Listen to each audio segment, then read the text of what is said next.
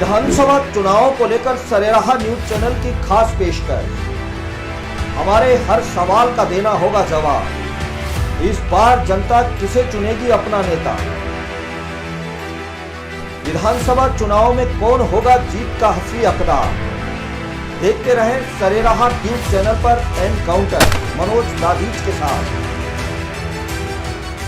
वो चला था आई लव यू अशोक जी, महंगाई राहत कैंप जिसमें सवेरे से शाम तक लोग खड़े रहते थे, फिर दूसरे दिन आते थे, फिर तीसरे दिन आते थे। क्या दिया उसने? अशोक गहलोत जी उनके लिए कुछ नहीं करे। बेरोजगारी चरम पर है, अशोक गहलोत जी कुछ नहीं कर रहे।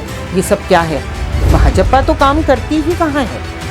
भाजपा तो सिर्फ ढोल ढंडोरा पीटती है। वसुंधरा राजे जी ने क्या काम किया?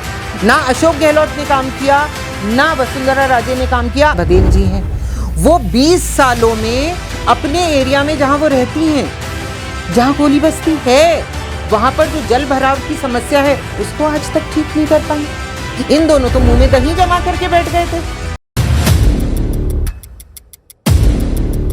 नमस्कार, बहुत बहुत स्वागत है आप सभी का सरेराह न्यूज की खास पेशकश एनकाउंटर में। आज हमारे साथ हैं तेज तर्रार और जनता के मुद्दों को पुरजोर तरीके से पेश कर अजमेर की राजनीति में अपनी अलग ही पहचान रखने वाली। जी हाँ, हम बात कर रहे हैं आम आदमी पार्टी की प्रदेश प्रवक्ता और प्रदेश उपाध्यक्ष कीर्ति पाठक की। कीर्ति जी, हमारे कार्यक्रम एनकाउंटर में आपका बहुत बहुत स्वागत है। सरेराह न्यूज़ चैनल का बहुत बहुत धन्यवाद, और आपका भी कि इस चैनल के माध्यम से आम आदमी पार्टी का पक्ष रखने की आपने वो प्रयास जो किया है उसके लिए धन्यवाद। साथ ही जनता की आवाज़ बन के यहाँ पर आपके सामने बैठने के लिए भी बहुत बहुत धन्यवाद। पिछले कई सालों से अजमेर की राजनीति में सक्रिय और जमीनी नेता कीर्ति पाठक, जिन्होंने समय समय पर जनता के मुद्दों को उठाकर प्रशासन के सामने रखा, और इस बार आम आदमी पार्टी राजस्थान के चुनावी मैदान में है। पिछले कई सालों से आप अजमेर में आम आदमी पार्टी के बैनर तले धरने और प्रदर्शन कर आम आदमी की आवाज को बुलंद कर रही हैं। जी, क्या क्या कहना चाहेंगी जनता को इसमें? आपको दिक्कत या किस तरह का जो ये आप प्रदर्शन वगैरह करके जनता के बीच जाती हैं, तो आपके कार्यों का इनका समाधान हो पाता है?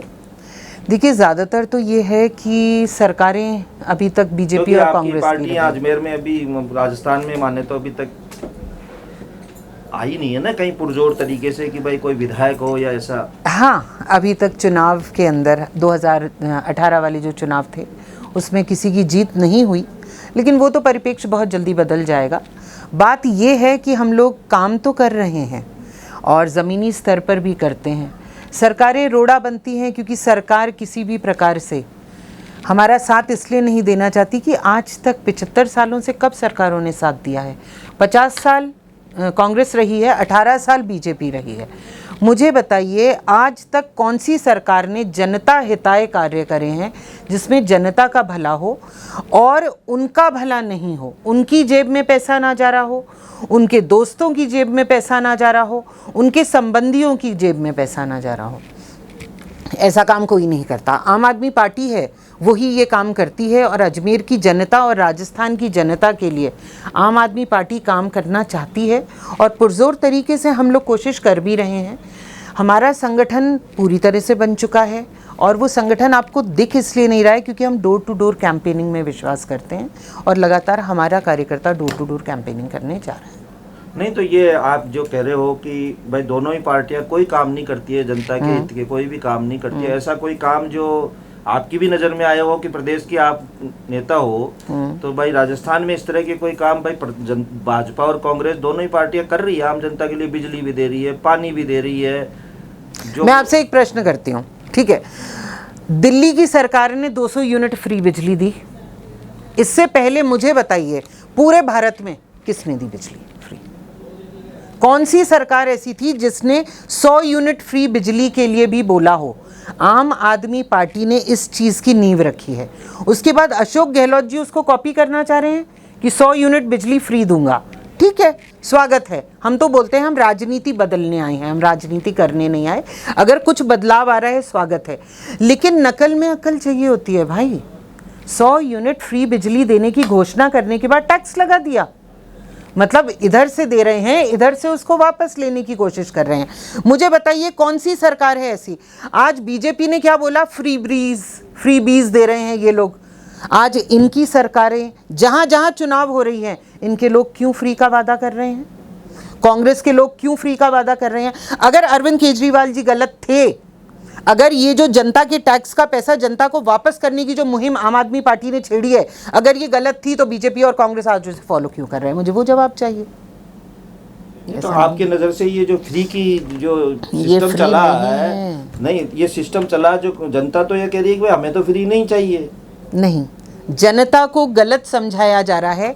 जो व्हाट्सएप यूनिवर्सिटी में बीजेपी के कॉलेज में पढ़कर आ रहे हैं, उन लोगों को ये फ्री लग रहा है। आज मैं आपके चैनल के माध्यम से स्पष्ट करती हूँ, जनता टैक्स देती है। जब हमारा बच्चा पहली बार पैदा होता है, उसको जो इंजेक्शन लगता है उसमें हम टैक्स देते हैं। जब हमारा आखिरी जो हमारा कफन होता है उसमें भी टैक्स होता है। इस बीच के अंदर जो हम खाते पहनते ओढ़ते जो भी करते हैं, सब में सरकार को हम टैक्स देते हैं। वो टैक्स का पैसा विकास के काम में आता है।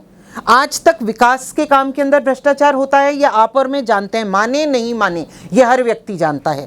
अरविंद केजरीवाल जी ने 300-350 करोड़ रुपए का जो पुल है, उसको 200 करोड़ में अगर बना करके वो 150 करोड़ अगर जनता को देते हैं वापस, तो वो फ्री नहीं कहलाता, वो कहलाता है जनता के टैक्स का पैसा उनको वापस दिया जा रहा है।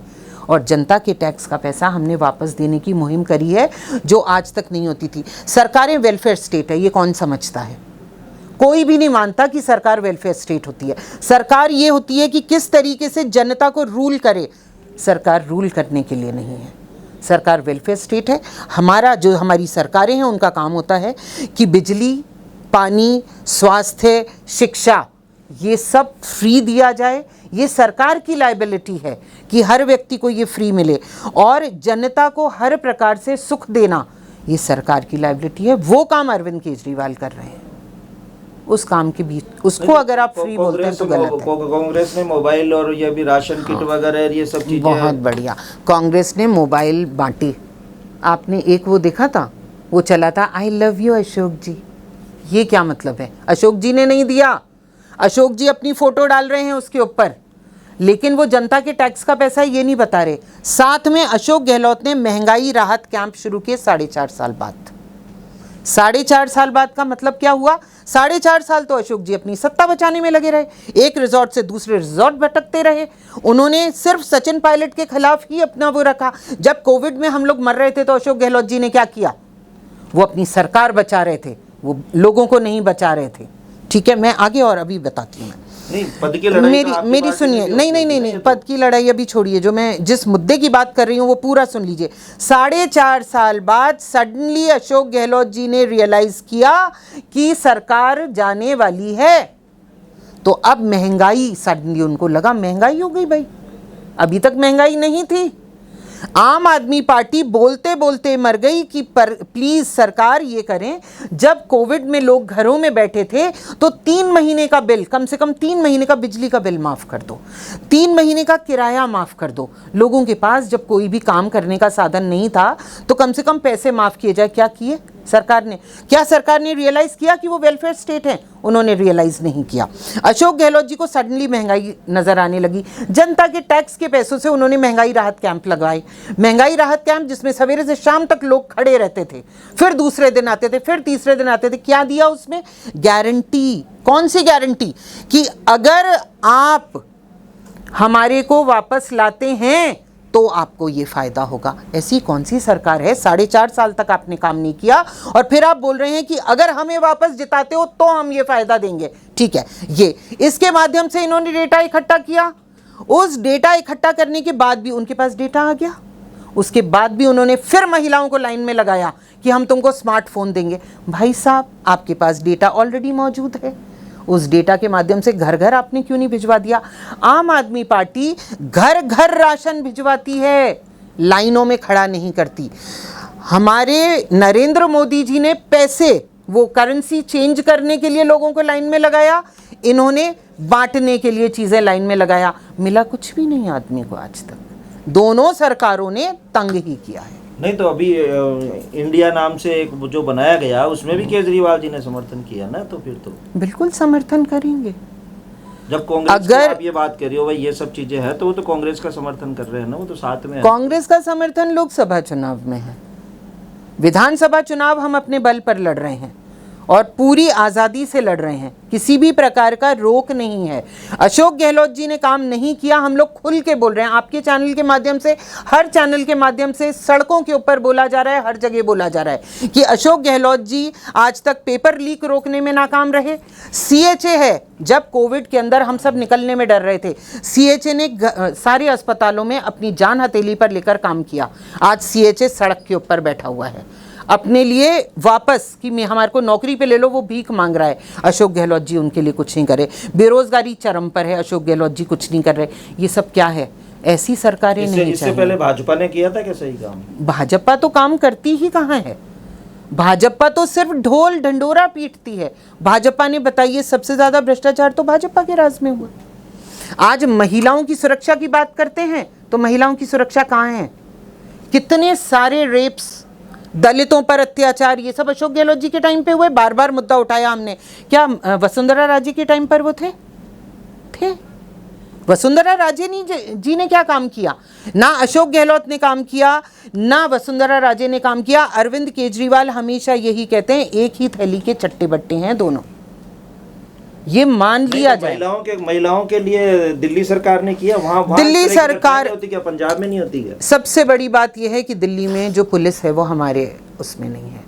दिल्ली की पुलिस केंद्र सरकार के अंडर आती है। वो तो केंद्र अधिनियम, ठीक है, तो उसके अंदर अगर हम लोग कुछ करना चाहते हैं तो हम चाह के भी कुछ नहीं कर सकते। जो अरविंद केजरीवाल जी कर सकते थे उन्होंने किया। बसों में मार्शल लगवाए हैं, जगह जगह सीसीटीवी कैमरास लगवाए हुए हैं। हम जो कर सकते थे हम वो कर रहे हैं। महिला सुरक्षा के लिए हम पूरी कोशिश कर रहे हैं, पूरा प्रयास कर रहे हैं, लेकिन पुलिस हमारे हाथ में न होने के कारण हम कम से कम उन चीज़ों में कमी तो नहीं कर सकते। नहीं तो शायद हम लोग और इतना कुछ कर पाते, महिला सुरक्षा के लिए पुलिस की टीम्स लगा पाते, और ये जो ऐसे वाले जो वो हैं अत्याचार की घटनाएं, हो सकता है कम हो जाती। पंजाब से नशा दूर हो पाएगा क्या? वो पंजाब में पूरी तरह से वो है, आपको पता नहीं है। पंजाब में जो नशे वाले जो व्यापारी हैं उनके ऊपर वो जो है कसना शुरू हो चुका है, जाल कसना शुरू हुआ है। और आपको एक चीज़ मैं और बता दूं, मैं गंगानगर गई थी, वहाँ गंगानगर में मेरे को मीडिया ने ही ये बताया कि पंजाब में क्योंकि ड्रग्स का कारोबार बंद हो रहा है, वो शिफ्ट हो गया है राजस्थान और अच्छा। उस जगह, जी हाँ, तो हम वादा करके आए हैं ये कि अगर आम आदमी पार्टी की सरकार आती है राजस्थान में, तो जो ड्रग्स का जो बिजनेस है जो पंजाब से, क्योंकि पंजाब सरकार स्ट्रिक्ट है, शिफ्ट होकर राजस्थान आ रहा है, तो हम वही काम करेंगे जो हम पंजाब सरकार में कर रहे हैं और शिकंजा कसेंगे और राजस्थान में कोई ड्रग्स का व्यापार नहीं हो पाएगा। तो राजस्थान में आप अभी विधानसभा चुनाव है तो तैयारी कर रखी है आपने? हाँ, कितनी सीटों पे क्या हो? 200 सीटों पर चुनाव। आम आदमी पार्टी 200 सीटों पे चुनाव 200 सीटों पर चुनाव। ऐसी कोई सूची जारी? सूची आने वाली है, मोस्ट प्रोबेबली आज रात को आपको मिल जाएगी एक सूची, पहली सूची। आप कहाँ से चुनाव लड़ेंगी? नहीं, चुनाव में नहीं लड़ूंगी। देखिए, मैं आपको बार बार बता रही हूँ, यहाँ देने की राजनीति है। आम आदमी पार्टी की जो राजनीति है वो देने की राजनीति है। तो कीर्ति पाठक अगर खड़ी होती है तो वो एक जगह काम कर पाएगी। कीर्ति पाठक अगर 10 विधानसभाओं में घूम करके लोगों को मोटिवेट करती है तो वो 10 विधानसभाओं में इस पोजीशन में आ सकते हैं कि हम जीत जाए। तो यहाँ देने की राजनीति है, कीर्ति पाठक देगी। आप शराब की, नशे की ये बात कर रहे हो, तो दिल्ली सरकार में बड़े नेता आपके अभी जेल में हैं। बड़े नेता जेल में हैं और सुप्रीम कोर्ट, सर्वोच्च न्यायालय क्या बोल रहा है? प्रूफ तो दीजिए। प्रूफ ही तो नहीं है उनके पास। वो जब प्रूफ ही नहीं है तो आप क्या कर सकते हैं? ईडी ने कौन कौन से इल्ज़ाम लगाए हैं, क्या कर पाए हैं आज तक, मुझे बताइए। किसी के विरुद्ध, आपको यहीं से चैलेंज देती हूँ, किसी के विरुद्ध कोई भी अगर विथ प्रूफ आपको कोई वो मिलता है तो हम लोग तैयार हैं सामने खड़े होने के, असैसिनेट होने के लिए। हम जानते हैं हमारे नेता गलत नहीं है, हमें विश्वास है। चलो अजमेर की बात करते हैं। अजमेर के विधायकों को लेकर आप क्या, यहाँ पे कैसा काम लग रहा है आपको? ये मेरे ख्याल से हर जना जानता है, और पिछले 20 सालों से बार बार विश्वास करके जनता ने 2 ही ऐसे लोग हैं, आदरणीय देवनानी जी और मैडम अपनी अनीता जी, इन लोगों को लेकर के आए हैं, पूरा विश्वास भी रखा। आप ही से पूछती हूँ, जनता से पूछने की कोशिश करती हूँ, क्या उन्होंने कुछ किया 20 सालों में? ऐसा क्या किया? अब अपन बात करते हैं पानी की। हाँ, सबसे पहले मूलभूत सुविधाओं में बहुत प्रॉब्लम है पानी की, है ना। पानी की बात करते हैं। जैसे ही कांग्रेस की सरकार बनी, आदरणीय देवनानी जी मटके लेकर के पहुंच गए फुड़वाने। पानी का मुद्दा 7-7 दिन में पानी आ रहा है, ठीक है, उसके लिए कौन दोषी है? ये लोग कांग्रेस की सरकार को दोषी मानते हैं। मैं पहले इनसे पूछना चाहूंगी कि जब अजमेर का पानी, बीसलपुर का पानी जयपुर जा रहा था, तो आदरणीय देवनानी जी और आदरणीय बघेल जी ने, इसके लिए तो सावरलाल जी ने स्टील पाइपलाइन डाली ना बीसलपुर से। अब रुकिए ना, स्टील पाइपलाइन तो बाद में, पहले मैं इनकी बात पूछती हूँ। क्या विधानसभा में प्रूफ दिखा दीजिए, विधानसभा में दोनों ने खड़े होकर विरोध किया कि पहले अजमेर की प्यास बुझनी चाहिए। हम कोई मना नहीं करता, पानी सबका है, तब जयपुर जाए, कोई मनाही नहीं है जयपुर पानी जाने की। लेकिन अजमेर की प्यास जब तक पूरी नहीं हुई है तो आप पानी कैसे भेज सकते हैं? बीसलपुर प्रोजेक्ट किस लिए आया था? अजमेर प्यासा था, इसलिए लेकर के आए थे। इन दोनों तो मुंह में दही जमा करके बैठ गए थे। पानी की समस्या इन दोनों की देन है। और दूसरी पानी की बात करते हैं, बरसात का पानी आता है तो आदरणीय जो अपनी अनीता बघेल जी हैं, वो 20 सालों में अपने एरिया में जहां वो रहती हैं, जहां कोली बस्ती है, वहां पर जो जल भराव की समस्या है उसको आज तक ठीक नहीं कर पाई। 20 साल मानते हैं वो, चाहे बोले 10 साल कांग्रेस की गवर्नमेंट रही, 10 साल ना, आपकी सरकार में 10 साल में आप बिल्कुल काम कर सकती थी। कोई भी जल भराव की समस्या वहां पर वो नहीं हो सकता था। अगर नॉर्थ की बात करते हैं तो ये मैंने आपका वो प्रोग्राम देखा था जिसमें आदरणीय देवनानी जी बोल रहे थे कि सबसे बढ़िया ये हुआ कि लोग अब चहलकदमी कर सकते हैं, वॉकवे बन गया। भाई आपको पता है वॉकवे आना सागर को पाट के बनाया गया है। उस टाइम पर आप कहाँ थे? जब अवैध बस्तियां बस रही थी तब आप कहाँ थे? कह रहे हैं भाई स्मार्ट सिटी की जो ये कमेटी वगैरह जो बनी उसमें उनके साइन नहीं हुए, उन्होंने इसका विरोध भी किया। मैं स्मार्ट सिटी की बात ही नहीं कर रही, मैं स्मार्ट सिटी से पहले की बात कर रही हूँ। जब पहले अवैध कॉलोनीज बनी तब देवनानी जी कहाँ थे? 20 साल पहले नहीं, अभी इसी बीच में बनी है, तब देवनानी जी वहीं से निकलते थे। ये बोलते हैं डबल इंजन की सरकार, तब तो डबल इंजन की सरकार थी ना पिछली बार। डबल इंजन की सरकार ने क्या किया? ट्रिपल इंजन बताती हूं। डबल इंजन की सरकार और इनका यहां पर ये स्थानीय निकाय नगर निगम, तब क्या कर लिया देवनानी जी ने मुझे बताइए? तब क्या कर लिया बीजेपी ने मुझे बताइए? बीजेपी ने आज तक अजमेर के लिए क्या किया है मुझे वो बताइए। मैं चैलेंज कर रही हूं, ये आ जाएं सामने और हम लोगों के साथ 1 to 1 रख लें इनको। आपकी पार्टी ने विरोध किया क्या उस समय इस बात को लेकर? भाई पानी आपको नहीं पता, हम तो हर बार विरोध करते आए हैं। और हम तो कुछ घंटों के लिए वहां पर बैठे भी, जब ये 7 वंडर्स की बात हो रही थी वहां पर हमने ऑब्जेक्ट करने के लिए हम बैठे और कलेक्टर साहब के पास गए थे तो उन्होंने कहा हर चीज़ आपसे पूछ के करेंगे क्या, हमारी भी एक लिमिट है, हमारी सरकार तो है नहीं। हम कितना उठा सकते थे उस मुद्दे को? जितना उठा सकते थे उतना उठाया गया मुद्दा, वो मुद्दा एंड तक पहुंचता ही नहीं है। बीजेपी और कांग्रेस मिले हुए हैं, जो भी काम करते हैं मिलजुल के करते हैं ये लोग, इन सब के आपस के अंदर कमिटमेंट्स हैं। पॉलिटिकल पार्टी से इतर इन लोगों की व्यापारी कमिटमेंट्स हैं एक दूसरे से। तो आम आदमी पार्टी क्या कर सकती है? हम तो सत्ता में आए तभी दिखा सकते हैं। शिक्षा के क्षेत्र में क्या है अभी? अब मैं बताती हूँ, बहुत बार बोलती हूँ ये, और बहुत शीघ्र हम लोग एक काम करने वाले हैं। हम मीडिया के कुछ बंधुओं को साथ ले जाना चाहते हैं। हम दिल्ली के सरकारी स्कूल दिखाना चाहते हैं, दिल्ली के मोहल्ला क्लिनिक्स दिखाना चाहते हैं। आप लोग देखिए दिल्ली की सरकार ने क्या किया, आप लोग देखिए पंजाब की सरकार ने क्या किया। अब मैं आपके पास आती हूँ यहाँ पर मोहल्ला क्लिनिक्स, अशोक गहलोत जी ने बोला था क्लिनिक्स बनाएंगे, बंद पड़े हुए हैं, डॉक्टर्स नहीं हैं इनके पास। अशोक गहलोत जी संजीदा तौर पे कोई भी काम नहीं करते। अब हमारे माननीय वासुदेव देवनानी जी हैं, ये 2 बार शिक्षा मंत्री रहे हैं। चलिए सरकारी स्कूल देख के आते हैं। और पुराने दिखा देती हूँ, पुराने इन्होंने क्या किया। ये एक महात्मा गांधी इंग्लिश मीडियम की बात करते हैं, इंग्लिश मीडियम के टीचर्स थे क्या वहां पे?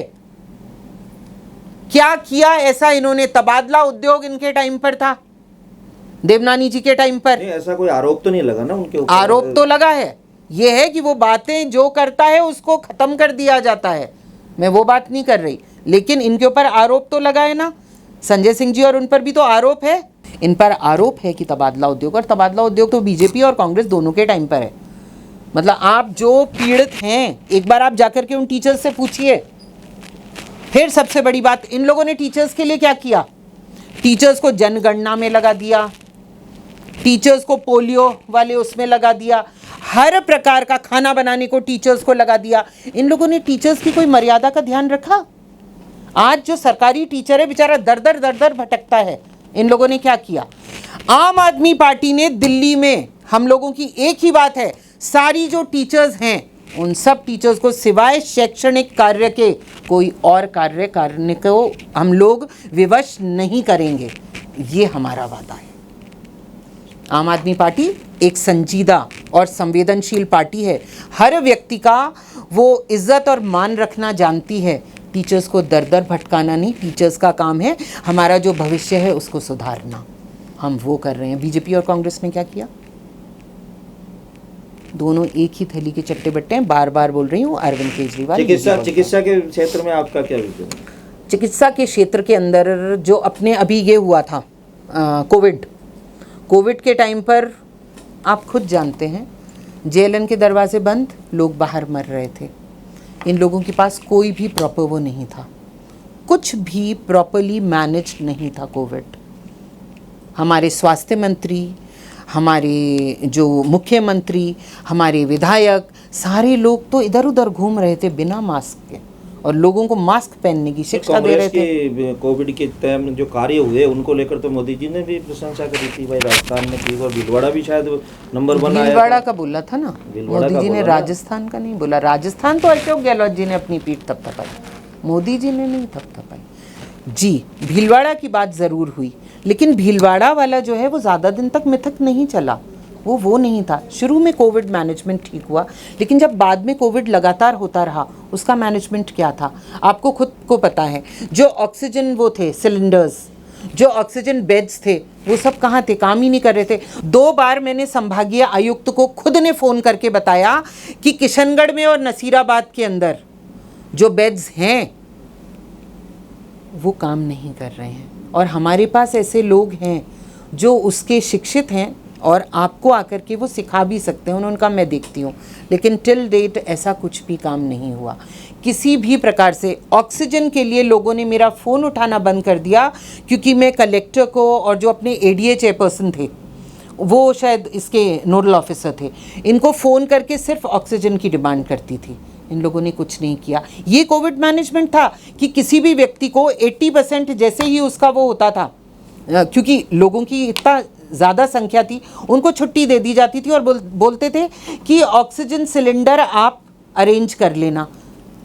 भाई आप छुट्टी दे रहे हैं ना, वहाँ पर व्यवस्था कर दीजिए। वो आदमी वहाँ से ऑक्सीजन सिलेंडर लेकर चला जाए, थोड़े टाइम बाद जब ज़रूरत नहीं हो वापस आ जाए। इसमें कौन सी बड़ी बात है? ये मैनेजमेंट था? कोई मैनेजमेंट नहीं था। लोग डर डर के मरे हैं। और फिर मैं तो खुद गई हूँ कोविड मैनेजमेंट के टाइम, आईसीयू में गई हूँ मैं, कोविड आईसीयू में। उस टाइम पर जो उनके साथ में लोग बैठे हुए थे वो बिना पीपीई किट के बैठे थे। जो उनकी देखभाल, वो तो पुराना वो गया, वो तो गया कोविड। अब तो क्या है, नहीं, तो आप अपना नया स्ट्रक्चर। आपकी थीम क्या रहेगी भाई? हॉस्पिटल जैसे सुविधाएं वगैरह, ये जो है देखिए, आम आदमी पार्टी अगर आती है वो क्या सोचती है उसकी? तो मोहल्ला क्लिनिक के माध्यम से हम लोगों की दिहाड़ी को न मारते हुए, क्योंकि लोग लंबी लंबी लाइनों में लगते हैं जा करके, आम आदमी पार्टी मोहल्ला क्लिनिक बनाएगी। उस मोहल्ला क्लिनिक के माध्यम से लोगों का इलाज फ्री के अंदर, और विदिन हाफ एन आवर या विदिन 15 मिनट्स हो जाएगा। और फ्री जो टेस्ट हैं, फ्री मेडिसिन हैं, और फ्री जो चिकित्सा सुविधा है, उसके हिसाब से मोहल्ला क्लिनिक के माध्यम से सब कुछ होगा। आम आदमी पार्टी बहुत बेहतरीन स्कूल दिल्ली मॉडल जो है उसे राजस्थान में लागू करेगी। दिल्ली मॉडल जो मोहल्ला क्लिनिक का है उसे लागू करेगी। बुजुर्गों के तीर्थ यात्रा का वो जो है, बुजुर्गों को फ्री तीर्थ यात्रा का प्रबंध करेगी। तो 300 यूनिट बिजली, हाँ, बाहर बैठे हुए लोग देख लिए थे मैंने, ले जा रहे हैं ना वो हाँ, सब चीजें। बाहर बैठे लोग देख लिए थे जब इन्होंने पहली बार करा था। स्टेशन पर सारे बुजुर्ग जमीन पर बैठे हुए थे।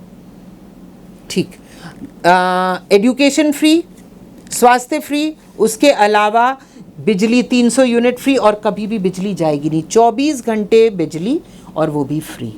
ये वादा है। पानी फ्री, ये सारे वादे हैं इन सबको। और शैक्षणिक कार्य जो है उसके अलावा टीचर्स को कोई और काम करने को नहीं बोला जाएगा। ये बात है। ऐसे बहुत सारे संवेदनशील मुद्दे हैं जो आम आदमी पार्टी जिनको एड्रेस करेगी। जब अरविंद केजरीवाल जी ने जो अभी 7 गारंटीज़ दी हैं, तो उन गारंटीज़ के अलावा अभी और बताया और जाएगा कि किस प्रकार से आम आदमी पार्टी एक बेहतर राम राज्य की स्थापना राजस्थान में करने को प्रतिबद्ध है। सीएम का चेहरा कौन होगा राजस्थान में अगर आम आदमी पार्टी? सीएम का चेहरा भी अभी बहुत जल्द आपके सामने आ जाएगा। मतलब मजबूती से आम आदमी पार्टी राजस्थान में एंट्री कर रही है? बिल्कुल मजबूती से। आप हमारे स्टूडियो में पधारी, उसके लिए आपका बहुत बहुत धन्यवाद। दर्शकों, हम ऐसे ही हमारे खास कार्यक्रम एनकाउंटर के तहत किसी अगली शख्सियत से कराएंगे आपकी खास मुलाकात। नमस्कार, जय हिंद। धन्यवाद, जय हिंद।